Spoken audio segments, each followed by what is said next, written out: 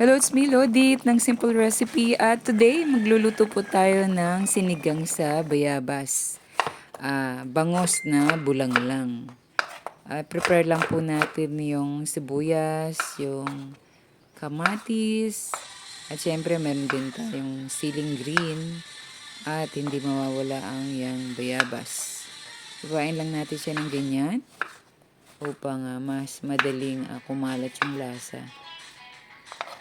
Hindi ko na binabalatan yung bayabas. Ganyan na yung ginagawa ko. Hinugasan ko lang siya ng mabuti at hinihiwa ko. Siyempre, ang kangkong, yan, di na dapat mawawala. Himayin lang natin siya at i-check natin ng mabuti yung mga dahon niya para sure tayo na walang mga uod.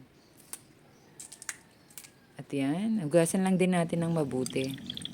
Sa isang lalagyan, maglagay tayo ng tubig at ilagay natin yung bayabas, yung sibuyas at yung kamatis. Pakuluin lang natin siya. After nitong kumulo, gawin natin doon sa bayabas para mas kumalat yung lasa niya. Ay i-ano lang natin siya, i-crush. I-crush natin ng gamit ang sandok. Yan, para kumalat yung ating yung mas masarap yung lasa ng ating bulanglang na bangos. At kapag kumulo na siya ng mabuti, pwede na natin ilagay yung bangus na isda. Yan.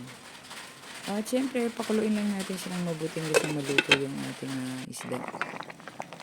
Ngayon, pwede rin natin ilagay yung siling green at yung kangkong. At yun lang, haluin lang natin ng konti hanggang takpan para makatulong sa